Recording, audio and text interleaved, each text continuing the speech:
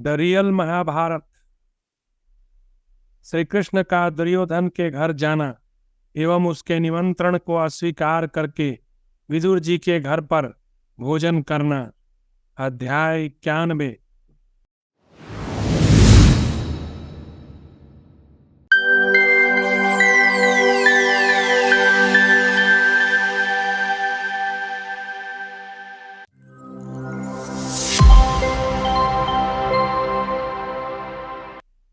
वैशंपायन जी कहते हैं, जन्मेजय, शत्रुओं का दमन करने वाले सूर नंदन श्री कृष्ण कुंती की परिक्रमा करके एवं उनकी आज्ञा ले दुर्योधन के घर गए।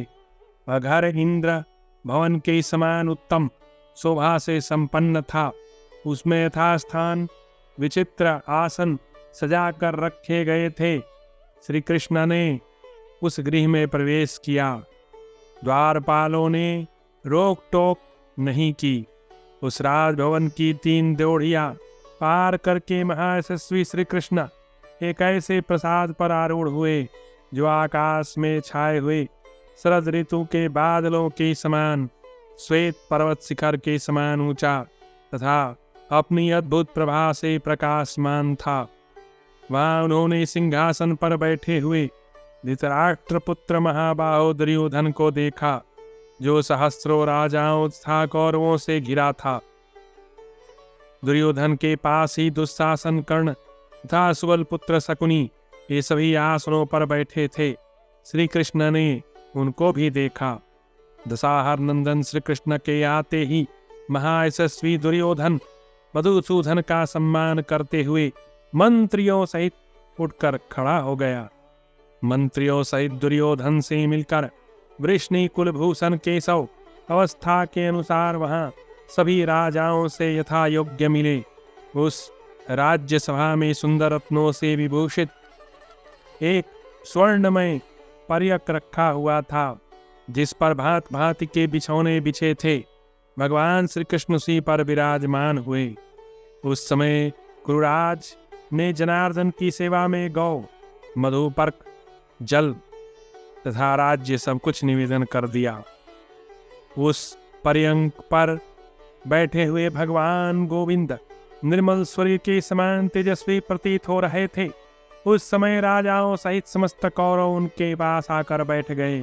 तदनंतर राजा दुर्योधन ने विजयी वीरों में श्रेष्ठ भगवान श्री कृष्ण को भोजन के लिए निमंत्रित किया, परंतु केशव ने उस निमंत्रण को स्वीकार नहीं किया। तब क्रूराज दुर्योधन ने कर्ण से सलाह लेकर कौरव सभा में श्री कृष्ण से पूछा। पूछते समय उसकी वाणी में पहले तो मृदुता थी, परंतु अंत में सठता प्रकट होने लगी। दुर्योधन बोला, जनार्दन, आपके लिए अन्न, जल, वस्त्र, सैया आदि जो वस्तुएं प्रस्तुत की गईं, उन्हें आपने ग्रहण क्यों नहीं किया?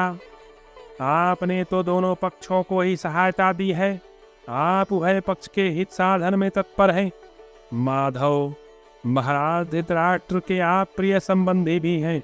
चक्र और गदा धारण करने वाले गोविंद, आपको धर्म अर्थ का संपूर्ण रूप से यथार्थ ज्ञान भी है। फिर मेरा आतिथ्य ग्रहण न करने का क्या कारण है, यह मैं अवश्य सुनना चाहता हूँ। वैशंपायन जी कहते हैं, राजन, इस प्रकार पूछे जाने पर उस समय महामनस्वी कमल नयन भगवान ने अपनी विशाल भुजा ऊपर उठाकर राजा दुर्योधन को सजल जलधर के समान गंभीर वाणी में उत्तर देना आरंभ किया।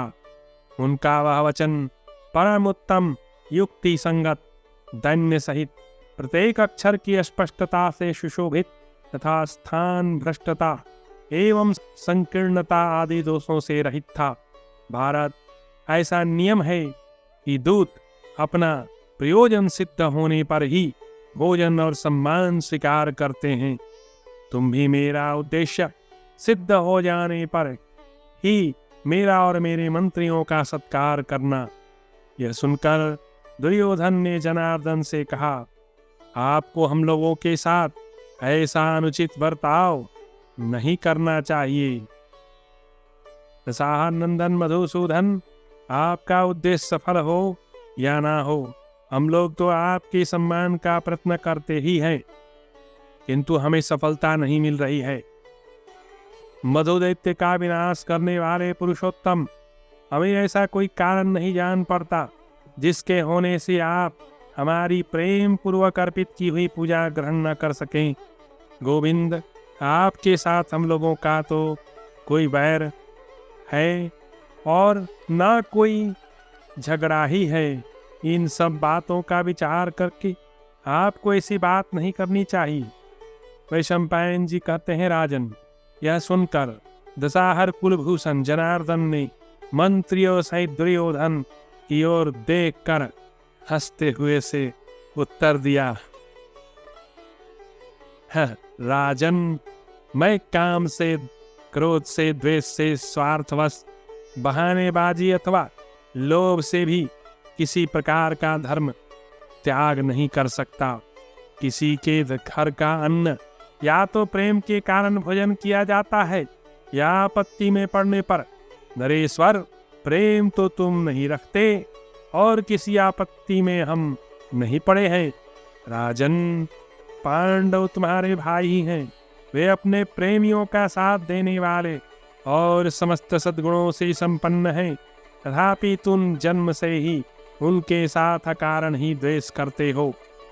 बिना कारण ही कुंती पुत्रों के साथ द्वेष रखना तुम्हारे लिए कदापि उचित नहीं है। पांडव सदा अपने धर्म में स्थित रहते हैं, अतः उनके विरुद्ध कौन क्या कह सकता है। जो पांडवों से द्वेष करता है वह मुझसे भी द्वेष करता है। जो उनके अनुकूल है वह मेरे अनुकूल है। तुम मुझे धर्मात्मा पांडवों के साथ एक रूप हुआ ही समझो। जो काम क्रोध के वशीभूत होकर मोहवश किसी गुणवान पुरुष के साथ विरोध करना चाहता है, उसे पुरुषों में अधम कहा गया है। जो कल्याणमय गुणों से युक्त अपने कुटुंबी जनों को मोह और लोभ की दृष्टि से देखना चाहता है, वह अपने मन और क्रोध को न जीतने वाला पुरुष दीर्घकाल तक राज्य लक्ष्मी का उपभोग नहीं कर सकता। जो अपने मन को प्रिय न लगने वाले गुणवान व्यक्तियों को भी अपने प्रिय व्यवहार द्वारा वश में कर लेता है, वह दीर्घकाल तक यशस्वी बना रहता है। जो द्वेष रखता हो उसका अन्न नहीं खाना चाहिए, द्वेष रखने वाले को खिलाना भी नहीं चाहिए। राजन, तुम पांडवों से द्वेष रखते हो और पांडव मेरे प्राण हैं। तुम्हारा यह सारा अन्न दुर्भावना से दूषित है, अतः मेरे भोजन करने योग्य नहीं। मेरे लिए तो यहाँ केवल विदुर जी का ही अन्न खाने योग्य है, यह मेरी निश्चित धारणा है। अमरशील दुर्योधन से ऐसा कहकर महाबाहो श्री कृष्ण उसके भव्य भवन से बाहर निकले। वहां से निकलकर महाबाहु भगवान वासुदेव ठहरने के लिए महात्मा विदुर के भवन में गए। उस समय द्रोणाचार्य, कृपाचार्य, भीष्म, बहरीक तथा अन्य कौरवों ने भी महाबाहु श्री कृष्ण का अनुसरण किया। विदुर के घर में ठहरे हरिवंशी वीर मधुसूदन से वे सब कौरव बोले, कृष्णी नंदन, हम लोग रत्न धन से संपन्न अपने घरों को भी आपकी सेवा में अर्पित करते हैं। तब महातेजस्वी मधुसूदन ने कौरवों से कहा, आप सब लोग अपने घरों को जाएं, आपके द्वारा मेरा सारा सम्मान संपन्न हो गया। कौरवों के चले जाने पर विदुर जी ने कभी पराजित न होने वाले दशाहर नंदन श्री कृष्ण को समस्त मनोवांछित वस्तुएं समर्पित करके प्रयत्नपूर्वक उनका पूजन किया। तदनंतर उन्होंने अनेक प्रकार के पवित्र एवं गुणकारक अन्न पान महात्मा केशव को अर्पित किए। मधुसूदन ने उस अन्नपान से पहले ब्राह्मणों को तृप्त किया, फिर उन्होंने उन वेदवेत्ताओं को श्रेष्ठ धन भी दिया। तदनंतर देवताओं सहित इंद्र की भांति अनुचरों सहित भगवान श्री कृष्ण ने विदुर के पवित्र एवं गुणकारक अन्नपान ग्रहण किए। विदुर जी का धृतराष्ट्र पुत्रों की दुर्भावना बताकर श्री कृष्ण को उनके कौरव सभा में जाने का अनुचित बतलाना। अध्याय 92। वैशंपायन जी कहते हैं, जन्मेजय, रात में जब भगवान श्री कृष्ण भोजन करके विश्राम कर रहे थे, उस समय विदुर जी ने उनसे कहा, केशव, आपने जो यहाँ आने का विचार किया, यह मेरी समझ में अच्छा नहीं हुआ। जनार्दन, मंदमती दुर्योधन धर्म और अर्थ दोनों का उल्लंघन कर चुका है। वह क्रोधी, दूसरों के सम्मान को नष्ट करने वाला और स्वयं सम्मान चाहने वाला है। उसने बड़े बूढ़े गुरुजनों के आदेश को भी ठुकरा दिया है। प्रभो, मूढ़ धृतराष्ट्र पुत्र दुर्योधन धर्मशास्त्रों की भी आज्ञा नहीं मानता, सदा अपनी ही हट रखता है। उस दुरात्मा को सन्मार्ग पर ले जाना असंभव है। उसका मन भोगों में आसक्त है। वह अपने को पंडित मानता, मित्रों के साथ द्रोह करता और सबको संदेह की दृष्टि से देखता है। वह स्वयं तो किसी का उपकार भी ही नहीं करता, दूसरों के किए हुए उपकार को भी नहीं मानता। वह धर्म को त्याग कर असत्य से ही प्रेम करने लगा है। उसमें विवेक का सर्वथा अभाव है। उसकी बुद्धि किसी एक निश्चय पर नहीं रहती तथा वह अपनी इंद्रियों को काबू में रखने में असमर्थ है। वह अपनी इच्छाओं का अनुसरण करने वाला तथा सभी कार्यों में अनिश्चित विचार रखने वाला है। ये तथा और भी बहुत से दोष उसमें भरे हुए हैं। आप उसे हित की बात बताएंगे तो भी वह क्रोधवश उसे स्वीकार नहीं करेगा। वह भीष्म, द्रोणाचार्य, कृपाचार्य, कर्ण, स्वत्थामा, जयद्रथ पर अधिक भरोसा रखता है, अतः उसके मन में संधि करने का विचार ही नहीं होता है। जनार्दन, धृतराष्ट्र के सभी पुत्रों का तथा कर्ण की यह निश्चित धारणा है कि कुंती के पुत्र भीष्म एवं द्रोणाचार्य आदि वीरों की ओर देखने में भी समर्थ नहीं है। मधुसूदन, मूर्ख एवं बुद्धिहीन दुर्योधन राजाओं की सेना एकत्र करके अपने आप को कृतकृत्य मानता है। दुर्बुद्धि दुर्योधन को तो इस बात का भी दृढ़ विश्वास है कि अकेला कर्ण ही शत्रुओं को जीतने में समर्थ है, इसलिए वह कदापि संधि नहीं करेगा। केशव, धृतराष्ट्र के सभी पुत्रों ने यह पक्का विचार कर लिया है कि हमें पांडवों को उनका यथोचित राज्य भाग नहीं देना चाहिए। यही उनका दृढ़ निश्चय है। इधर आप संधि के लिए प्रयत्न करते हुए उनमें उत्तम भ्रातृभाव जगाना चाहते हैं, परंतु उन दुष्टों के प्रति आप जो कुछ भी कहेंगे वह सब व्यर्थ ही होगा। मधुसूदन, जहाँ अच्छी और बुरी बातों का एक सा ही परिणाम हो, वहाँ विद्वान पुरुष को कुछ नहीं कहना चाहिए। वहाँ कोई बात कहना बहरों के आगे राग अलापने के समान व्यर्थ है। माधव, जैसे चांडालों के बीच में किसी विद्वान ब्राह्मण का उपदेश देना उचित नहीं, उसी प्रकार उन मर्यादा रहित मूर्ख और अज्ञानियों के समीप आपका कुछ भी कहना मुझसे ठीक नहीं जान पड़ता। मूढ़ दुर्योधन सैन्य संग्रह करके अपने को शक्तिशाली समझता है, वह आपकी बात नहीं मानेगा। उसके प्रति कहा हुआ आपका प्रत्येक वाक्य निरर्थक होगा। श्री कृष्ण, वे सभी पाप पुण्य विचार लेकर बैठे हैं, अतः उनके बीच में आपका जाना मुझे अच्छा नहीं लगता। वे सब के सब दुर्बुद्धि, अशिष्ट, दुष्ट चित्त हैं। उनकी संख्या भी बहुत है।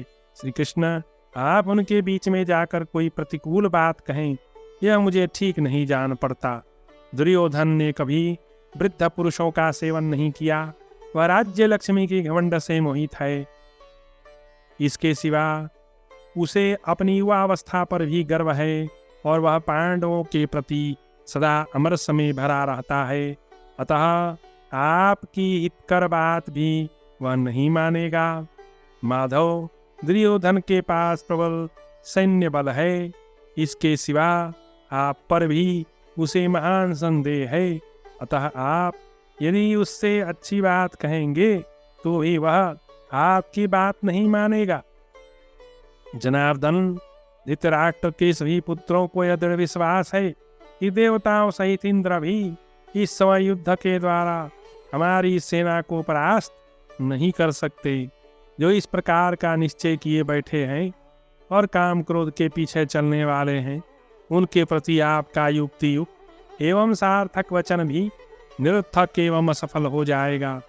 रथियों और घुड़सवारों से युक्त हाथियों की सेना के बीच में खड़ा होकर भय से रहित हुआ मंदबुद्धि मूढ़ दुर्योधन यह समझता है यह सारी पृथ्वी मैंने जीत ली। धृतराष्ट्र का वह ज्येष्ठ पुत्र भूमंडल का शत्रु रहित साम्राज्य पाने की आशा रखता है। वह मन ही मन संकल्प भी करता है कि जुए में प्राप्त हुए यह धन एवं राज्य अब मेरे ही अधिकार में आबद्ध रहे, अतः उसके प्रति केवल संधि का प्रयत्न सफल न होगा। जान पड़ता है अब वह पृथ्वी काल से परिपक्व होकर नष्ट होने वाली है, क्योंकि राजाओं के साथ भूमंडल के समस्त क्षत्रिय योद्धा दुर्योधन के लिए पांडवों के साथ युद्ध करने की इच्छा से एकत्र हुए हैं। श्री कृष्ण ये सब के सब वे भूपाल हैं जिन्होंने पहले आपके साथ बैर ठाना था और जिनका सार सर्वस्व आपने हर लिया था। ये लोग आपके भय से धृतराष्ट्र पुत्रों की शरण में आए हैं तथा कर्ण के साथ संगठित हो वीरता दिखाने को उद्यत हुए हैं। ये सब योद्धा दुर्योधन के साथ मिल गए हैं और अपने प्राणों का मोह छोड़कर हर्ष एवं उत्साह के साथ पांडवों से युद्ध करने को तैयार हैं। दशारवंशी वीर, ऐसे विरोधियों के बीच में यदि आप जाने को उद्यत हैं तो यह मुझे ठीक नहीं जान पड़ता। शत्रुसूदन, जहाँ दुष्टतापूर्ण विचार लिए बहुसंख्यक शत्रु बैठे हों, वहाँ उनके बीच में आप कैसे जाना चाहते हैं।